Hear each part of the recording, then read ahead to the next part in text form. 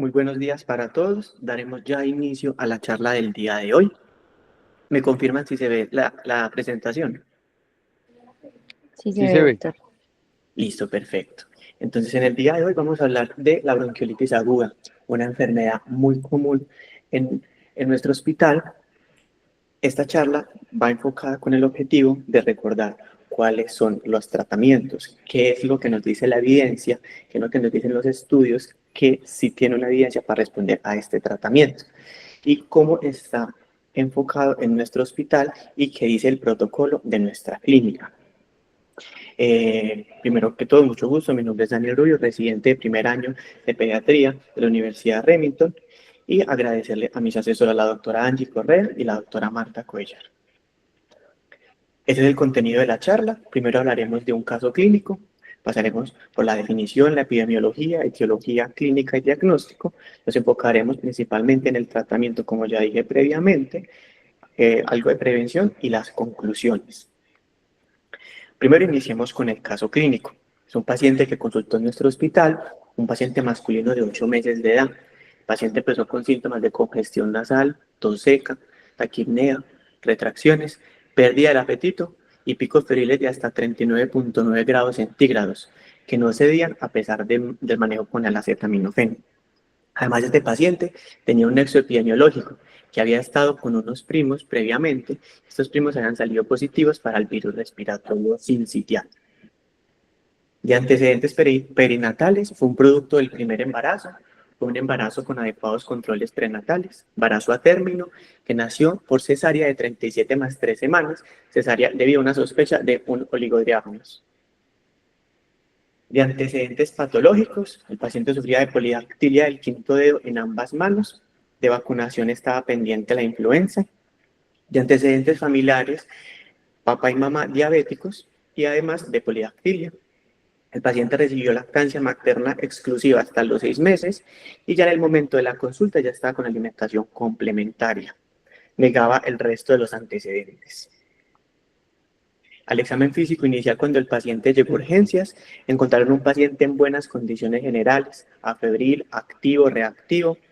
Sin embargo, se encontraba con una taquipnea en la cavidad oral con un leve eritema pero sin exudados, retracciones subcostales intermitentes, un murmullo vesicular conservado, sin embargo con crépitos en ambos campos pulmonares. El paciente pesaba 8.400 cuando ingresó y medía 73 centímetros. Con respecto al abordaje inicial que se le hizo en urgencias, se diagnosticó una bronquiolitis aguda moderada con una escala de Guillain-Barré de 5 puntos. Se inició oxígeno en caso de saturar menos de 92%. Se le solicitó terapia respiratoria 3 veces al día. Se inició manejo con nebulizaciones con Verodual 6 gotas cada 4 horas y se inició manejo con dipirona 170 miligramos cada 8 horas. De paraclínicos iniciales se le tomó un hemograma, una hemoglobina de 13.3, unos leucocitos de 9.810, polimorfo nucleares neutrófilos del 30% y unas plaquetas de 335.000. Una PCR de 27 miligramos litros y un antígeno de virus respiratorio sincitial, el cual salió negativo. Con respecto a la radiografía de tórax, esta fue la del inicio, con infiltrados parailiares derechos, sin consolidación ni tampoco derrame pleural. Ahora con la evolución, al día 2 el paciente presentó picos febriles, presentó disfonía, aumentó la movilización de secreciones con leves retracciones y con una saturación límite que era sobre todo en horas de la noche.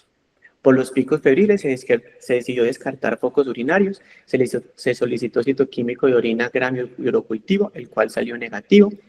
Por la disfonía se le dio manejo con dexametasona dosis única. Además, se inició manejo con adrenalina nebulizada, 0.5 miligramos cada 4 horas.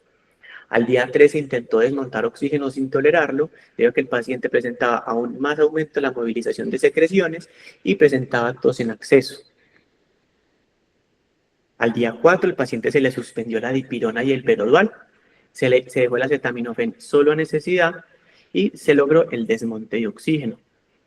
Al día 5 se reclasificó la bronquiolitis ya en la escala de Guillain-Barré de 2 puntos, Se dejó salbutamol 2 puff cada 6 horas debido a que la auscultación pulmonar del paciente presentaba sibilancias, además de iniciarle manejo con bromuro e hipatropio. Y al día 6 ya el paciente toleró el desmonte de oxígeno, los paraclínicos ya estaban sin alteraciones, por lo que se les dio de alta. Ahora ya entrando en la bronquiolitis como tal, la enfermedad, hay que tener en cuenta que la bronquiolitis, el tratamiento, hay veces menos es más. No existe un consenso claro sobre la definición de bronquiolitis, especialmente en lo referente a la edad del paciente, si es menor de 1 año, si es menor de 2 años, ni tampoco la exigencia de que sea el primer y único episodio, por lo que no se excluye que un paciente con episodios anteriores de sibilancias tenga bronquiolitis, ya que son varios virus los que pueden generar este cuadro. Aquí traje 2 definiciones de 2 guías, donde nos habla de bronquiolitis.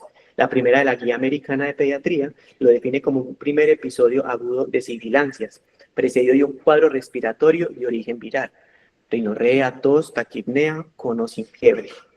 Por el otro lado tenemos las guías NICE, lo definen como una infección viral aguda del tracto respiratorio inferior, que afecta principalmente a menores de 2 años. La enfermedad es más común en el primer año de vida, especialmente en niños de los 3 a los 6 meses de edad. La bronquiolitis es la primera causa de ingreso hospitalario por problemas respiratorios en los niños menores de 1 año de edad. Alrededor de 3.2 millones de hospitalizaciones anuales y casi 200.000 muertes en todo el mundo cada año, siendo la bronquiolitis un problema grande en todo el mundo, tanto por su elevada incidencia estacional como por el gasto consumo de recursos económicos, días de ausentismo laboral en los padres, entre otros gastos indirectos. La bronquiolitis es causada por varios virus. La frecuencia de cada virus depende de la etiología viral específica, según la estación, y puede variar de un año a otro. Sin embargo, el virus respiratorio sincitial es generalmente la causa más común, seguido del rinovirus. De un 10 a un 30% pueden presentar coinfección con varios virus, asociándose a mayor severidad. O también podemos tener coinfecciones no virales por otros agentes, como la Bordetella pertussis, Mycoplasma pneumoniae, Clamidia pneumoniae o Clamidia trachomatis. Hablando del sincitial, el virus más común de la bronquiolitis, se ha detectado que representa del 60 al 80% de la presentación de bronquiolitis. Es un RNA de cadena sencilla que pertenece a la familia de Paramyxoviridae, del género Pneumovirus. Tiene 2 grupos de antígeno, el grupo A y el grupo B, siendo el grupo A el que se asocia con mayor morbimortalidad. Además, posee la proteína G, que permite la adhesión a la membrana, y la proteína F, que facilita la penetración en la célula, permitiendo la fusión con la membrana celular y la formación de los sincitios. El virus respiratorio sincitial está presente en todo el mundo y causa brotes estacionales. En climas templados, las epidemias de bronquiolitis de finales de otoño e invierno suelen estar asociadas al sincitial. Sin embargo, en climas tropicales y semitropicales, los brotes estacionales pueden estar asociados más a la temporada de lluvia. Los factores de riesgo de severidad para el virus respiratorio sincitial tenemos siendo el factor más importante de predicción de enfermedad, tener una edad entre 1 a 3 meses. Pero también tenemos otros como recién nacido pretérmino, enfermedades pulmonares crónicas en la prematuridad, fibrosis quística, displasias broncopulmonares, cardiopatías congénitas hemodinámicamente significativas, inmunosupresión, síndrome de Down, bajo peso y trastornos neuromusculares. Otro virus también, el segundo más común, es el rinovirus. Es también un RNA de cadena simple de la familia Picornaviridae. Es del 8 al 29% de los casos. Es un RNA monocatenario sin envoltura. Tiene 3 subgrupos distintos, A, B y C. Tiene mayor variabilidad antigénica, por lo que es más difícil desarrollar vacunas. Y siendo los factores de riesgo más comunes alérgenos, barrera epitelial alterada y disminución en la función pulmonar. Sin embargo, no es el único virus causante de la bronquiolitis. Tenemos otros virus como el virus para influenza. Hay de 3 tipos, hay 4 tipos, del 1 al 4, siendo el 3 el virus más común. Metaneumovirus, también subgrupo A y subgrupo B. Este se presenta de 1 a 2 meses después del virus respiratorio sincitial, con una frecuencia del 5 al 10%. El adenovirus, que hay más de 50 serotipos, con una frecuencia entre el 5 al 10%, y se presenta durante todo el año. aunque algunos serotipos tienen patrones estacionales más específicos. Ahora hablando de la fisiopatología, la bronquiolitis comienza como una infección aguda de la vía aérea superior por contacto con secreciones contaminadas de personas infectadas. Después de la inoculación, el virus se propaga a las vías aéreas respiratorias bajas, más o menos de 1 a 3 días a través de la mucosa respiratoria, debido a la fusión de las células infectadas con las células no infectadas. En el interior de la célula, el virus se replica, causando inflamación y edema de la mucosa y submucosa, generando necrosis epitelial y pérdida de la superficie ciliar, lo que produce una disminución en el transporte de secreciones y un aumento en la producción de moco y detritos celulares desde la luz bronquial hacia la vía aérea superior, causando obstrucción de los bronquiolos terminales parcial o totalmente y una alteración del flujo que entra al pulmón, del flujo de aire que entra al pulmón. Este epitelio no logra transportar bien esas secreciones, va empeorando la obstrucción de las vías respiratorias por un acúmulo de tapones de moco intraluminales y de detritos. Esto genera una dificultad en la salida de aire del pulmón, ocasionando atrapamiento y aumento de la capacidad residual, que facilita a su vez el desarrollo de atelectasias y alteración en la ventilación-perfusión, llevando a hipoxemia. Además, hay un infiltrado de células proinflamatorias, linfocitos, neutrófilos, eosinófilos, células plasmáticas y macrófagos a nivel peribronquial e intraepitelial, que empeoran a su vez la obstrucción. Los pacientes, cuando tienen bronquiolitis, pueden presentarse con fiebre, tos, aumento en la frecuencia respiratoria, al examen físico retracciones, sibilancias o crépitos. A menudo, como ya dije previamente, está precedido por una historia de 1 a 3 días de síntomas del tracto respiratorio superior, pues el caso de la congestión nasal o las secreciones nasales. La dificultad respiratoria, el aumento en el trabajo respiratorio, la taquipnea, la hipoxia, pueden desarrollarse más rápido en pacientes que presenten tos, llanto o agitación. Y la desaturación puede ocurrir en todas estas circunstancias, así como cuando el paciente está dormido, debido a que los músculos de la pared torácica se relajan, estrechando aún más las vías respiratorias intratorácicas. En esta diapositiva podemos ver cómo los síntomas van evolucionando con el paso de los días. Podemos ver que al inicio, de los 0 a los 3 días, los pacientes presentan rinorrea, tos persistente, que puede ser con o sin fiebre. El periodo de los 3 a los 10 días se presentan más síntomas, sobre todo entre los 3 a los 5 días. Los síntomas pueden variar de minuto a minuto, sobre todo de síntomas respiratorios inferiores. De estos 3 a 10 días hay aumento en el trabajo respiratorio, retracciones, uso de músculos abdominales, auscultación con crépitos, sibilancias y hasta alteración en la alimentación. Ya después de los 10 días hay una resolución progresiva de los síntomas que pueden con una variabilidad continua. Si existen además nuevos episodios de fiebre en el curso, podrían sugerirse una nueva coinfección, una otitis, una neumonía o la infección por un nuevo virus.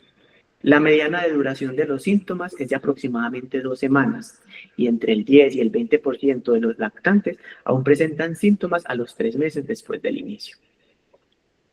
Además de utilizar puntuaciones de gravedad meramente clínicas, se han realizado intentos para agrupar la bronquiolitis aguda por fenotipos. En el 2016 se introdujeron 4 de estos fenotipos en 2 grandes estudios multicéntricos.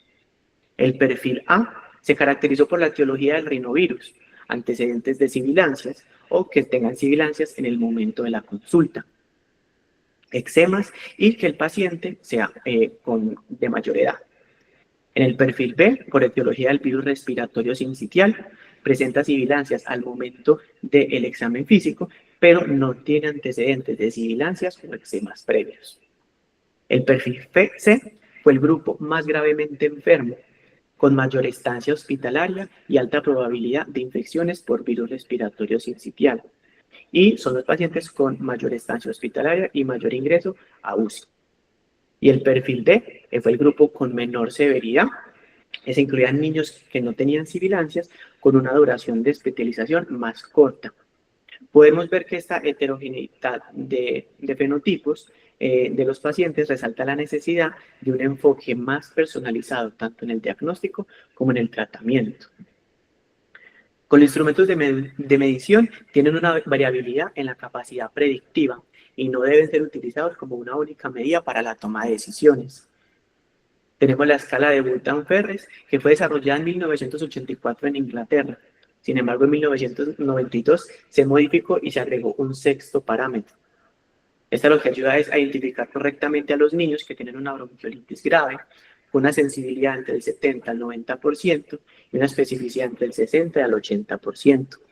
Como podemos ver, tiene varios criterios: que el paciente presente sibilancias, retracciones, cómo está la frecuencia cardíaca y la respiratoria, cómo está la ventilación y si el paciente presenta cianosis o no. Y lo clasifican en leve, moderada o severa.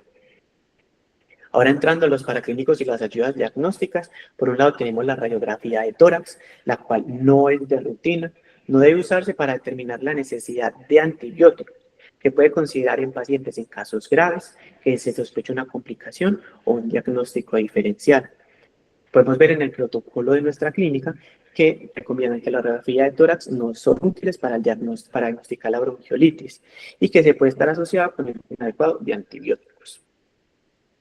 Siguiente, tenemos los aislamientos virales, tampoco son de rutina, no se recomienda siempre, sino individualizar a cada paciente. No cambia ni el manejo ni el pronóstico. Se usa sobre todo con fines epidemiológicos y con aislamiento intrahospitalario. En nuestra clínica, nuestro protocolo dice que las pruebas virales solo deben realizarse para pacientes que estén hospitalizados y si son necesarios, al igual que la prueba del COVID. Otros paraclínicos adicionales, tenemos los gases arteriales. Se recomienda para pacientes con signos de dificultad respiratoria o falla ventilatoria inminente. Los hemocultivos para la sospecha de sepsis y cuando hay una alteración en el estado de hidratación con el uso de electrolitos. Lo mismo en nuestro protocolo. El hemograma no se recomienda para todos, sino se recomienda para los pacientes con fiebre menores de 1 a 2 meses, al igual es que los hemocultivos que se recomiendan solo para pacientes con una sospecha de una bacteremia. Ahora con el tratamiento tenemos 3 pilares fundamentales de la bronquiolitis. Esto es lo que tiene mayor evidencia. Por un lado tenemos los lavados nasales. Recordemos que los bebés son respiradores nasales, obligatorios, especialmente en menores de 2 meses. La obstrucción nasal aumenta la resistencia respiratoria. La guía recomienda solo la succión superficial para mejorar la alimentación y el trabajo respiratorio. La succión profunda se puede asociar con efectos adversos y aumento en la resistencia. Siguiente, la oxigenoterapia. Se cree que previene la hipoxia y mejora la alteración BQ. No hay evidencia del beneficio de oxígeno suplementario en bebés que no presenten una hipoxia, ya que no ha demostrado una mejoría en la duración de la estancia hospitalaria. Un inicio de oxígeno cuando sea menor del 90%, ya no ha demostrado mejor evolución del paciente, menor estancia y retorno a la normalidad. Y por último tenemos la hidratación. Hay un mayor riesgo de pérdida de líquidos y de deshidratación debido a la disminución en la ingesta oral y el aumento en la pérdida debido a la fiebre y a la taquimia que pueden presentar estos pacientes. Es necesario realizar la evaluación meticulosa del estado de hidratación, la capacidad del paciente de tolerar los líquidos orales, la producción de orina, y los niños con deshidratación o con mala ingesta oral deben comenzar con la suplementación de líquidos. Se recomienda el inicio temprano de fluidos, ya sea vía intravenosa o vía nasogástrica, para mantener esta hidratación. Los niños con bronquiolitis también tienen un mayor riesgo de retención de líquidos debido a la secreción excesiva de la hormona antidiurética. Se deben preferir los fluidos isotónicos para evitar el riesgo de la hiponatremia. Como podemos ver en nuestro protocolo, resalta exactamente lo mismo, el uso de los lavados nasales solo para aliviar la vía aérea superior. En este estudio, que fue un estudio realizado en Australia y Nueva Zelanda, un ensayo clínico aleatorizado multicéntrico, se hizo desde el 2009 hasta el 2011. En este participaron 759 lactantes entre los 2 y los 12 meses, hospitalizados por bronquiolitis y que el paciente no podía recibir hidratación vía oral. Se asignó de forma aleatoria cómo se iba a dar la hidratación a un grupo de pacientes por vía nasogástrica y otro grupo de pacientes por vía intravenosa. La duración media de la estancia para estos bebés fue de de 381 bebés con hidratación nasogástrica fue de 86.6 horas, en comparación con 82.2 horas pacientes con hidratación intravenosa. Las tasas de admisión a la unidad de cuidados intensivos, la necesidad de apoyo ventilatorio y los eventos adversos no variaban entre cada grupo, dando como conclusión que ambas estrategias son tanto seguras como eficaces para la hidratación de lactantes con bronquiolitis. La hidratación nasogástrica podría ser preferible debido a menor intentos de inserción, menor tasa de fallos iniciales y menor necesidad de cambio a la vía oral. No se observó un aumento de eventos adversos o complicaciones con la hidratación nasogástrica. Además, como ya dije, se ha demostrado que los niños con bronquiolitis grave que tuvieron un balance de líquidos positivos dentro de las 24 horas posteriores de ingreso en la UCI tuvieron peores resultados clínicos en términos de mayor duración de la UCI y la estancia hospitalaria y el uso de ventilación mecánica invasiva y no invasiva. Por lo tanto, se debe prestar atención al equilibrio de fluidos. En este estudio se buscó evaluar esta asociación entre la sobrecarga de líquidos y los resultados clínicos adversos en niños críticamente enfermos con bronquiolitis severa. Es un estudio descriptivo, prospectivo y multicéntrico. Se hizo en 16 unidades de cuidados intensivos pediátricos en España en un periodo entre octubre del 2014 a mayo del 2015. Fueron 262 niños que ingresaron a la UCI con diagnóstico de bronquiolitis severa. Aquí daba como conclusión que la sobrecarga de líquidos en las primeras 24 horas en niños con bronquiolitis severa se asoció con una peor evolución clínica, aumentando el tiempo en la estancia de UCI y la hospitalización y la duración de la ventilación mecánica, tanto invasiva como no invasiva. La nebulización es con solución salina hipertónica. La evidencia fisiológica sugiere que la solución salina hipertónica aumenta el aclaramiento mucociliar en pulmones tanto normales como enfermos. Sin embargo, no se recomienda de forma común. Se recomienda el uso solo cuando se hospitaliza el paciente y no se recomienda su uso por ciclos. En este estudio de Cochrane es una revisión sistemática sobre el uso de la solución salina hipertónica nebulizada en lactantes con bronquiolitis aguda. Se basaba en 34 ensayos clínicos aleatorizados y analizaban los efectos de la solución salina hipertónica en comparación con la solución salina normal o con placebos. Sin embargo, tenemos que tener en cuenta que los resultados de este estudio, la calidad de la evidencia fue muy baja. Ellos decían que presentaba una disminución en la duración de la hospitalización. Pacientes con solución salina, pues que reciben estas nebulizaciones, disminuían la estancia hospitalaria 0.4 días. Además, al parecer había una mejoría en la puntuación de la severidad clínica y una reducción del riesgo de hospitalización. Luego, como les dije previamente, la calidad de la evidencia fue muy baja. En nuestro protocolo dicen que las nebulizaciones hipertónicas no se deben usar de forma rutinaria y si se va a utilizar se tiene que hacer solo una prueba. Realizando primero un examen físico antes de la nebulización y después de la nebulización para ver si ésta sí presentó una mejoría o no clínicamente. Los broncodilatadores son medicamentos que a menudo se usan para abrir las vías respiratorias, ya que relajan el músculo liso bronquial. Son eficaces para ayudar a niños niños mayores y a pacientes con asma. Sin embargo, a diferencia de los asmáticos, los bebés con bronquiolitis suelen tener sibilancias por primera vez. Esa sibilancia se da por una razón diferente a la del asma, debido a que sus vías respiratorias están obstruidas. Por lo tanto, los bebés con bronquiolitis tienen menos probabilidad de responder a los broncodilatadores. Por eso no se recomienda su uso rutinario. Sin embargo, hay un grupo de pacientes que se pueden beneficiar y que pueden responder al uso del salbutamol. Pacientes que tengan una hiperreactividad del músculo liso bronquial, pacientes mayores de 6 meses, con historia de atopia, de eczema, historia familiar de asma en el primer grado de consanguinidad, pacientes con sibilancias. En este estudio de Cochrane es una revisión sistemática sobre el uso de broncodilatadores en lactantes con bronquiolitis aguda. Analizaron 30 ensayos clínicos aleatorizados con un total de 1.992 lactantes, comparando los efectos del broncodilatador con los efectos placebos, con placebos, dando como resultados que no hubo una mejora en la saturación de oxígeno, no redujeron la tasa de hospitalización, no disminuyeron la duración de la hospitalización. Presentaban una mejoría clínica en la puntuación en pacientes ambulatorios, pero fue mínimo y de poca relevancia clínica.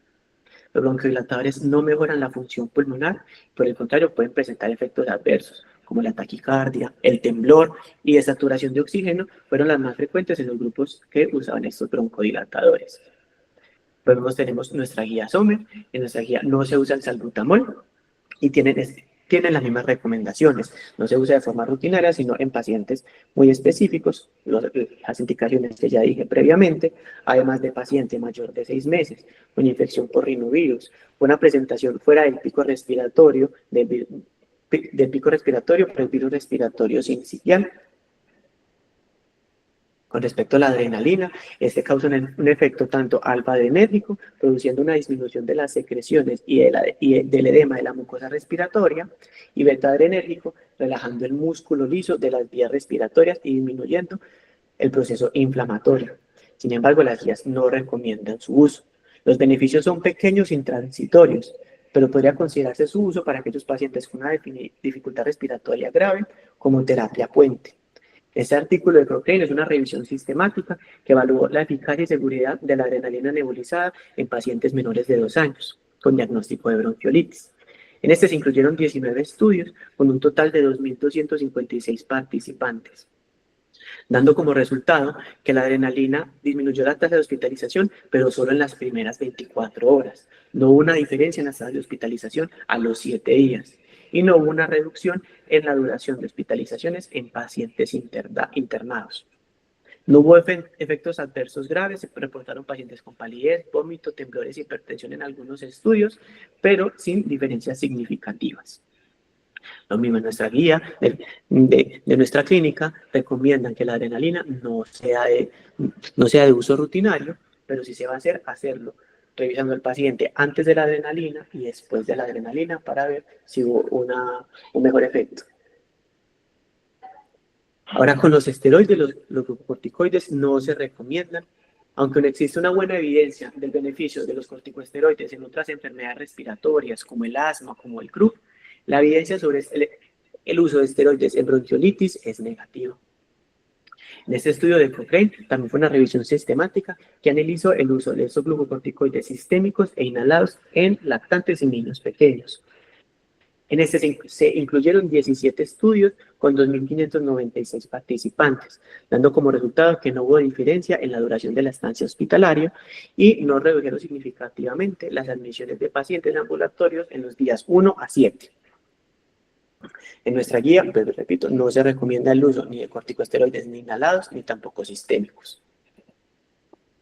Ahora, con la terapia respiratoria, las técnicas convencionales de vibración y percusión más drenaje postural y las técnicas respiratorias pasivas orientadas al flujo no logran mostrar un beneficio en el resultado primario de cambio en el estado de gravedad de bronquiolitis medido mediante puntuaciones clínicas. La evidencia no respalda su uso rutinario en pacientes con bronquiolitis. La consideración de la fisioterapia solo se reserva para aquellos que tienen comorbilidades relevantes, con dificultad para eliminar las secreciones, pacientes con atrofias musculares, espinales o con traqueomalacia grave. La Guía Americana de Pediatría tampoco recomienda la fisioterapia respiratoria. La presencia de edema, la hiperinsuflación y la pobre circulación colateral aumentan este riesgo de atelectasias, por lo que es como la indicación de fisioterapia para promover la liberación de vía aérea. El protocolo de nuestra clínica dice lo mismo, la terapia respiratoria mediante inyección y percusión no disminuye esta duración de la estancia hospitalaria ni la necesidad de oxígeno. Y ya por último tenemos la prevención con palivizumab. El palivizumab es un anticuerpo monoclonal humanizado tipo IgG1. Esta se dirige al epítope del sitio antigénico A de la proteína de la fusión del virus respiratorio sincitial, inhibiendo su entrada a las células. El palivizumab no previene la infección, pero sí disminuye la necesidad de hospitalización. En Colombia tenemos que tener en cuenta que el virus respiratorio sincitial circula durante todo el año. Por eso acá se debe ofrecer de forma independiente de la época del paciente. Tenemos esta recomendación que salió en el último consenso de infectología pediátrica aquí en Colombia, donde recomendaban de usar palivizumab en una dosis de 15 miligramos kilo, 5 dosis con un intervalo aproximado de 30 días.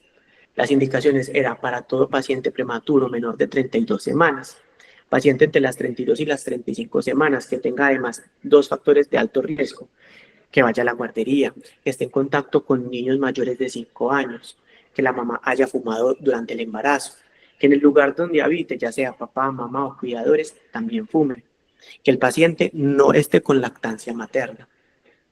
Otras indicaciones son pacientes con displasias broncopulmonares, pacientes menores de 24 meses con fibrosis quística, que además de la enfermedad pulmonar severa y que tengan adicionalmente una desnutrición. Pacientes con síndrome de Down en presencia con cardiopatías congénitas con repercusión hemodinámica significativa, que además tengan enfermedades pulmonares, y también pacientes con errores innatos de la inmunidad. Ya como conclusiones para llevarnos para la casa, pues ya que la bronquiolitis es una enfermedad heterogénea, es un diagnóstico clínico, no necesitamos ningún paraclínico para poder diagnosticarla. Tenemos que tener en cuenta los fenotipos para saber cómo va a ser el tratamiento individualizado.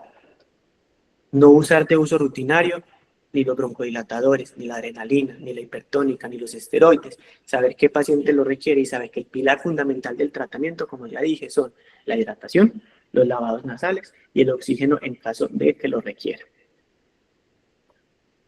Ya, muchas gracias por todo. Quedo atento a cualquier duda.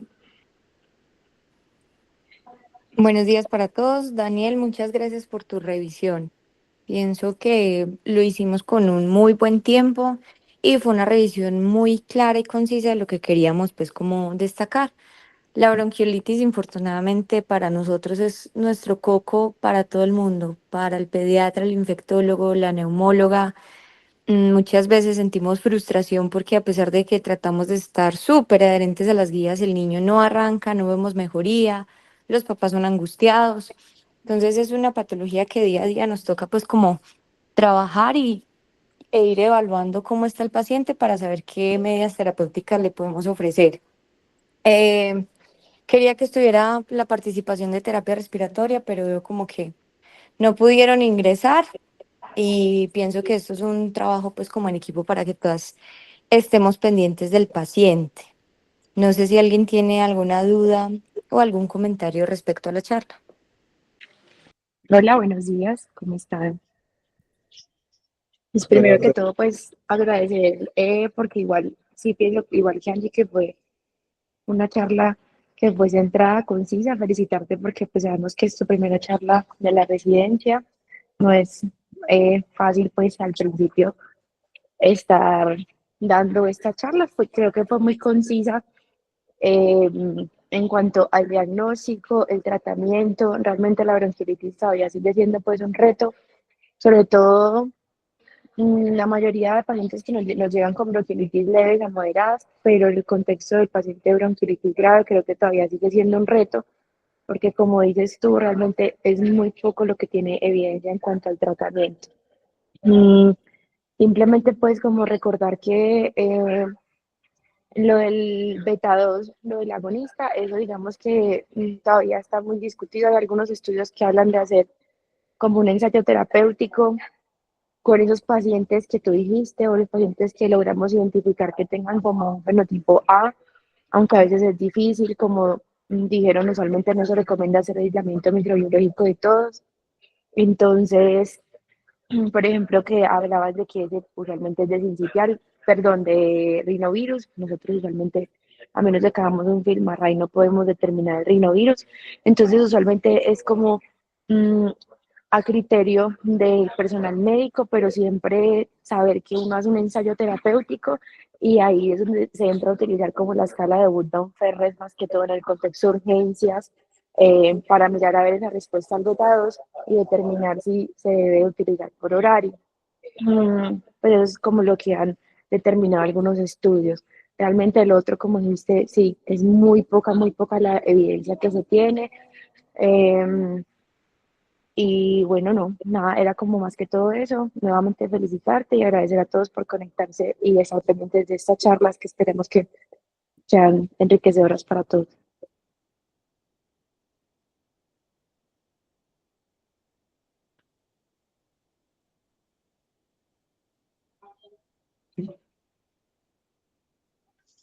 Bueno, yo voy a intervenir un momentico. ¿Cómo están? Marta, la neumóloga.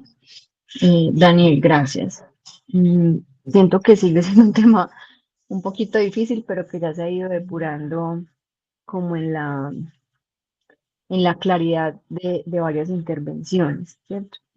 Eh, yo siempre trato como de que ustedes tengan algo como muy claro a la hora de abordar estos pacientes y hay que empezar por la definición, porque, y de hecho pues de eso hay artículos donde si uno no le pone el nombre correcto, obviamente si uno no hace el diagnóstico correcto, pues no vas a poder hacer la intervención correcta. Entonces, cuando lo tenemos como un primer episodio sibilante de la infancia, ha encajado pues muy bien, pues precedido de síntomas respiratorios altos y que realmente se produce por un cuadro viral. Eso digamos que ha sido como la definición más usada. Si ya nos vamos a que es cada infección respiratoria viral, ahí yo tengo una discrepancia porque finalmente eso no se sabe cómo se trata.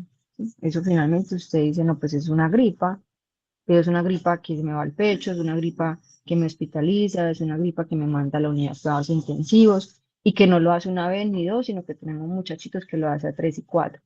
Entonces, en ese sentido, me parece que es muy difícil poder establecer un diagnóstico. De hecho, a veces le han llamado como, pues, como una bronquiolitis con asma, ¿cierto? Como una asma alérgica, como un asma viral. Entonces, ahí es cuando yo creo que se complica la cosa. Cuando tenemos un único episodio, todos estos conceptos son completamente válidos. Pero mi llamado es cuando ya tenemos esos fenotipos donde hay antecedentes de que esto ya no ha pasado una sola vez, ¿sí? Entonces, si seguimos poniéndole como es el nombre de bronquiolitis, muy seguramente nos quedamos con la idea de que solamente es pues, el manejo que conocemos de la bronquiolitis, que tú lo acabas de establecer. Entonces yo creo que ahí siempre es un ojo a los pediatras de pues cuántas infecciones respiratorias llevo, cuántos episodios sibilantes llevo, qué antecedentes personales tengo yo, porque entre más va pasando las edades, sobre todo saliendo de los 3 meses, digamos que en la bronquiolitis del menor de 3 meses no hay mucha controversia en lo que hay que hacer, que fue lo que tú expusiste, pero saliendo de los 3 meses y aumentando en edades, esos episodios sibilantes causados por virus, pues ya van tomando otra connotación. A más grande les vamos poniendo más nombres, ¿cierto? Generalmente, pues, asma. O infecciones respiratorias o episodios sibilantes asociados a infecciones respiratorias. Entonces, siempre es como un llamado ahí a esa definición. O sea, hagan el diagnóstico, pero no nos quedemos solamente con ese momento actual de ese paciente, sino hay que mirar su historia, ¿sí?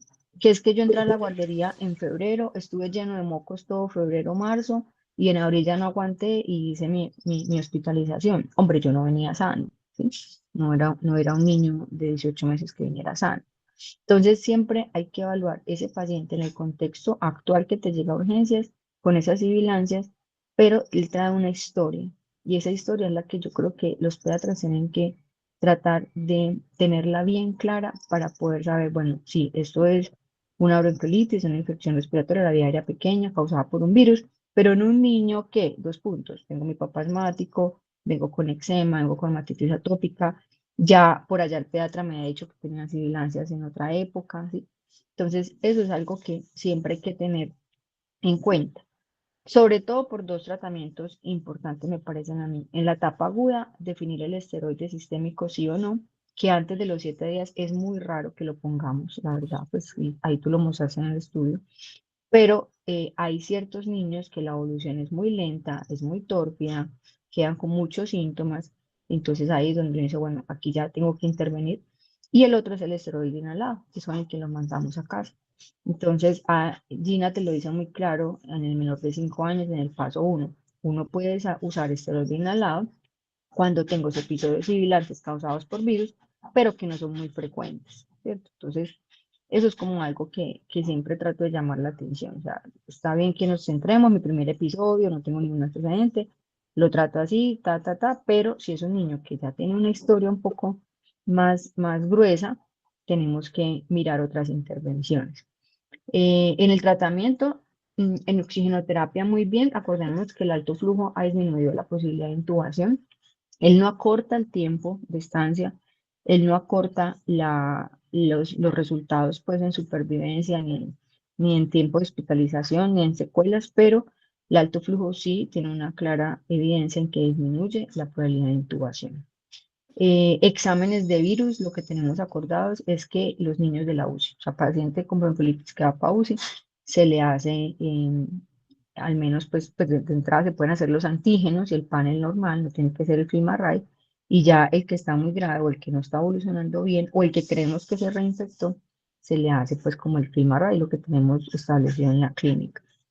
Y lo otro que también iba aquí a aclarar, que sí se me olvidó decirle a Daniel, es que eh, en estos momentos, pues está el Palivizumab en Colombia, pero hay que hacer una lucha muy grande para que llegue ya la vacuna de sincitial para las mamás, que ya se aplica pues, en todos los Estados Unidos y en Sudamérica se está aplicando en Chile, en algunas regiones de Argentina, y pues pasa anticuerpos maternos para el sincitial a las maternas y pues a los bebés, y por lo tanto disminuye dramáticamente la posibilidad de sincitial en los primeros 6 meses. Y la otra estrategia de prevención es el Nimersimab, que es el otro monoclonal, que también lo estamos esperando. Pues esas dos estrategias van a impactar de forma dramática las hospitalizaciones, las sibilancias recurrentes, el asma y obviamente pues la bronquiolitis, todo lo que aplica el sincitial, y que son estrategias pues que yo quisiera, así como la isla bulla ahorita por el brote de meningitis que tenemos, también hubiera una bulla por el sincitial, que finalmente es la segunda causa de mortalidad infantil en el mundo, después de malaria. Entonces, esas dos estrategias de prevención, la vacunación materna para sincitial y el Nimersimab, son los dos que yo espero que lleguen a Colombia entre los siguientes 2 y 3 años, y podamos bajar dramáticamente todas estas pues, enfermedades asociadas al sincitial, pues donde bronquiolitis va a ser una de ellas. Entonces, bueno, era eso y bueno, si tienen alguna duda también estoy dispuesta a preguntar. Gracias, Daniel. Gracias, doctora.